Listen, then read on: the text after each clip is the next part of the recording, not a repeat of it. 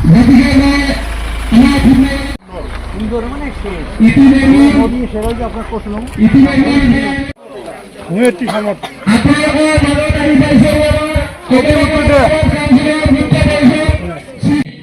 গাইডক এখনই ফুলং গামোচাৰে সম্বৰ্ধনা দিব সুনীল কলিতাই।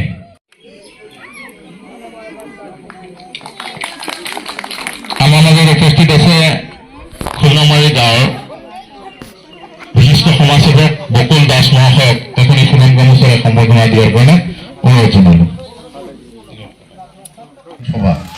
এই সভাত আমাৰ মাজত সভাপতি সম্মানীয় সভানেত্ৰী হৰিদাসী বৰ্মন ডাঙৰিয়ানী, আমাৰ মাজত উপস্থিত আছে মোৰ ভাতৃস্বৰূপ ৰাণীগঞ্জৰ যি জিলা পৰিষদ ZPC, এই ZPCৰ সম্মানীয় আমাৰ সদস্য ZPC বুদ্ধদেৱ নাথ ডাঙৰীয়া, আমাৰ মাজত উপস্থিত আছে আমাৰ যুৱ নেতা পৰাগ কলিতা ডাঙৰীয়া, ভাতৃপ্ৰতি মানুহ এজন আছে আমাৰ অৰূপ অধিকাৰী ডাঙৰীয়া, এই গাঁৱৰ সন্মানীয় মেম্বাৰ তিলাৰাণী কলিতা ডাঙৰীয়ানী, আৰু এগৰাকী হেলাগড়িৰ পৰা অহা মেম্বাৰ ভাতৃপ্ৰতি দীপক নাথ ডাঙৰীয়া, আমাৰ আৰু এগৰাকী মেম্বাৰ কাছমা বেগম বাইদেউ, আমাৰ মাজত আছে হানিফ আহমেদ ডাঙৰীয়া আমাৰ মেম্বাৰ, আমাৰ মাজত আছে এই গাঁৱৰ বিশিষ্ট সমাজকৰ্মী বকুল দাস ডাঙৰীয়া, পৰমেশ্বৰ দাস ডাঙৰীয়া, আৰু আমাৰ হেলাগাড়ীৰ পৰা অহা সন্মানীয় আৰু এগৰাকী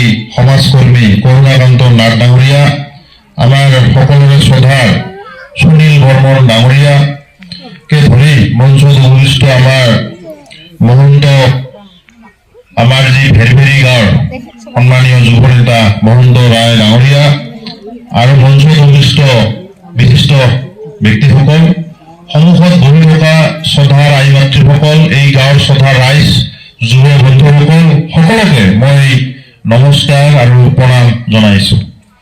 আৰু ভগৱান আৰু ওপৰৱালাৰ ওচৰত সকলোৰে মংগলাৰ্থে মই প্ৰাৰ্থনা জনাইছো, যাতে ওপৰৱালা নেদেখাজনে সকলোকে ভালে ৰাখে, কুশলে ৰাখে, সকলোৱে সুস্বাস্থ্য কৰে, আৰু আপোনাৰ এই বৃহত্তৰ এই খুটনামাৰী গাঁৱৰ যাতে মিল মহব্বত ভালে ৰাখে, সবৰে মাজত যাতে ঐক্যতা অটুট থাকে, তাৰ কাৰণে মই পুনৰ নেদেখাজনৰ ওচৰত বহুত প্ৰাৰ্থনা জনাইছো।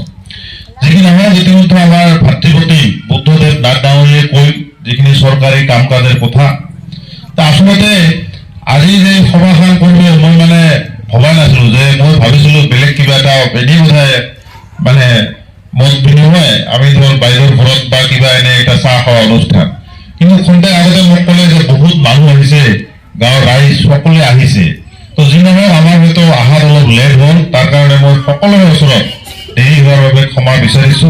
এই প্ৰখৰ ৰজকক আপোনালোকে নেওচি যে আমাক অপেক্ষা কৰি আছে এইদৰে বহি, তাৰ কাৰণে মই বহুত আপোনালোকক ধন্যবাদ আৰু কৃতজ্ঞতা জ্ঞাপন কৰিছো।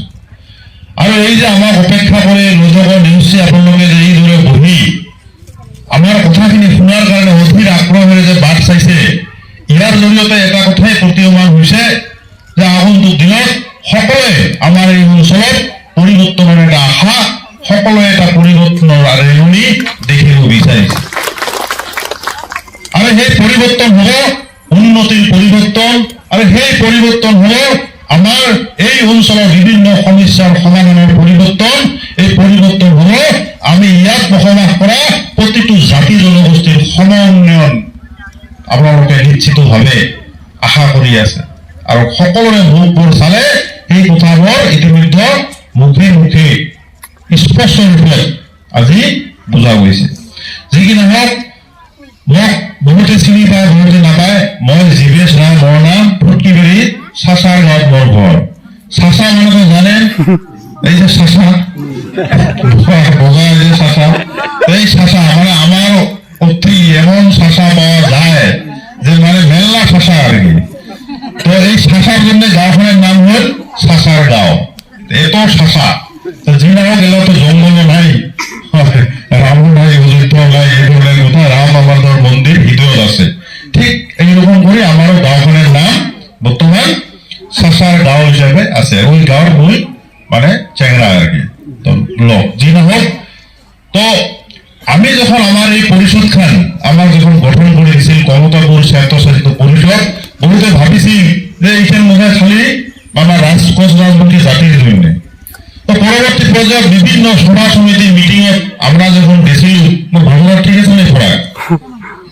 ঠিকে আছে না? তো ওচৰতে না আমরা তো প্রায় একই ধরনের হয়, মিলামিশা হব যি নহওক। তো যখন আমরা কইছিলাম বিভিন্ন সভা সমিতি যে আমার কি হলো, আমি কেবলমাত্র কোচ রাজনীতির কারণে নহয়, এই অঞ্চলত বসবাস কৰা আমাৰ সন্মানীয় কলিতা ভাইসকলে কওক, নাথযোগী ভাইসকলে কওক, এই অঞ্চলত বসবাস কৰা সূত্ৰধৰ ভাইসকলে কওক, আমাৰ দেশী ভাইসকলে কওক, সংখ্যালঘু ভাইসকলে কওক, সকলোৰে কাৰণে আমাৰ এই কমতাপুৰ স্বায়ত্তশাসিত পৰিষদ। আৰু তাৰ পিছ মুহূৰ্ততে মোক যেতিয়া দায়িত্ব অৰ্পণ কৰাৰ পিছ মুহূৰ্তৰ পৰাই আপোনালোকে শুনিছে, দেখিছে বহুতে, হয়তো এই অঞ্চলত আমি কিবা টাচ নথকাৰ কাৰণে বা আমাক বিভিন্ন সময়ত আমন্ত্ৰণ নজনোৱাৰ কাৰণে আমি বিগত দিনত হয়তো আহিব পৰা নাই। কিন্তু এতিয়া আপোনালোকে শুনিছে যে চাৰিওফালে আমি আমাৰ যি ধনৰাশি, আমি যিখিনি ফাণ্ড পাওঁ, এই ফাণ্ডখিনিৰ জৰিয়তে কৰবাত নতে কৰবাত প্ৰতিটো অঞ্চলত কিবা নাতে কিবা দেওয়ার কারণে আমি চেষ্টা করেছিলাম আর দেওয়াও হয়েছে বহু। সরস্বতীনা আমার নাথযোগী জনগোষ্ঠীর যোগী গুরু গোরক্ষনাথ দেবর আমার মাননীয় মন্ত্রী রঞ্জিত কুমার, আমার গার্জিয়ান মিনিস্টার মানে আমার অভিভাবক মন্ত্রী রঞ্জিত কুমার দাস হাতেরে, তেখেতৰ পবিত্ৰ হাতেৰে আমাৰ লাউপাড়াত আমাৰ যোগী গুৰু গোৰক্ষনাথৰ মন্দিৰৰ শুভ উন্মোচন কৰা হল। তো ঠিক এইদৰে আমি প্ৰতিটো জাতি জনগোষ্ঠী আমাৰ কলিতা ভাইসকলৰ নামঘৰে কওক, মন্দিৰে কওক, ইয়াৰ সামগ্ৰী কওক, সকলো দিশত আমি আমাৰ কাম কৰি গৈছো। আমি আমাৰ এই অঞ্চলৰ ৰাইজে যাতে ভালকে পঢ়া শুনা কৰি আমাৰো যাতে ডিচি হবৰ পায়, আমাৰ এই সভাসদ যাতে এসপি হবৰ পায়, আমাৰ সভাসদ যাতে এসডিও সিভিল হব পায়, ডাঙৰ অফিসার হবার পায়, তার কারণে আমি কাম করে গেছো। কেমন আমরা প্রায় 200 ছাত্রছাত্রী বঙাইগাঁও ইউনিভার্সিটি ওটি ডাকে নিয়ে ইন্টারভিউ ব্যবস্থা করি, এর ভিতৰত 20 জন ছাত্রছাত্রী আমরা সিলেকশন করি গুয়াহাটি এপিএসসি কোচিং সেন্টারত মানে আমরা আজকে পড়ি আছে। ওটি সব জাতি জনগোষ্ঠীর মানে স্টুডেন্ট আছে। এই যে এপিএসসি কোচিং কৰি আছে, সিদিনা আমাৰ ভেৰভেৰিৰ গাঁৱত মহন্তপুৰ গাঁৱত আমাৰ তাৰে এজন ল'ৰা কয় দাদা মই চাকৰি কৰিম, মই মানে ইন্টাৰভিউ দিম। তেওঁ এই যে ইন্টাৰভিউ দিয়াৰ লগে লগে তেওঁ এতিয়া মানে graduate teacher, high school TET pass কৰিলে। তো লগালগ তেওঁ টেট পাছ কৰিলে, কাৰণ আমাৰ তাতে এনেকা পঢ়ায় মানে মইনাপতির জন্য রাও ভরায়, রাও নাও লাগলেও রাও ভরাইবে। তো ওইরকম করে পড়ার জন্য এই জায়গাটা আজকে মানে হাই স্কুল টিচার দেওয়া হয়ে গেল। তো এরকম করে আমি আমার শিক্ষার ক্ষেত্রে কাম করে গেছো।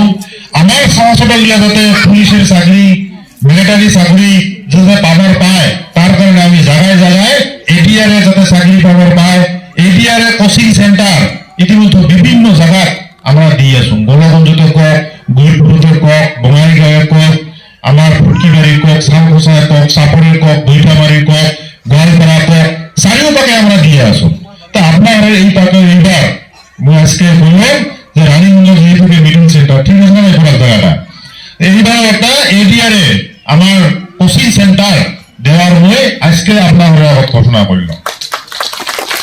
গতিকে আপনারা সমাজত আপোনালোকৰ ল'ৰা ছোৱালী তাত আপোনালোকে পঠাব। তাত কি হব যে আমাৰ কি হয় গাঁৱত বিশেষ করে পুলিশের চাকরি আমি বেশি ভাল পাম, যে আমার চেঙারাগিলে দৌড়ি পায়, আমার মাইয়াখনা দৌড়ি পায়, কিন্তু শেষত যায় ফেল হয়। কি ফেল হয় কন্ত এই যে লেখালেখি পরীক্ষাটা হয় না হয়। আর যার কারণে মা বাবা যে স্বপ্ন দেখেছিল যে মোর আমার সাগরী গাঁও পঞ্চায়েতের মেম্বার আছে, ধেলামুপার গাঁও পঞ্চায়েতের মেম্বার আছে,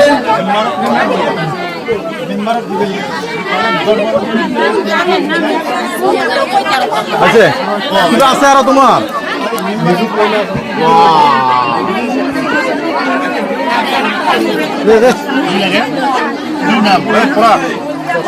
বাইদেউ এটা লেখি রাখো আগতে এই গাঁও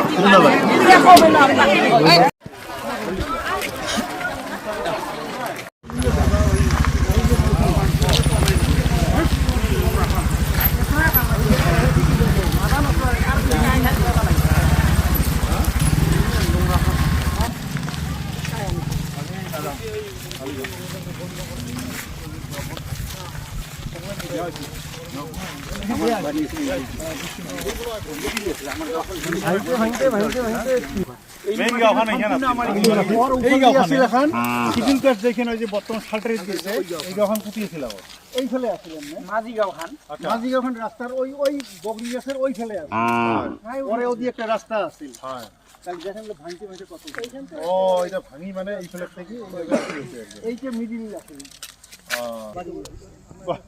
ওইখানে কি সমস্যা এটা কি জায়গা তোর পেট থেকে মো পেট থেকে তিনটা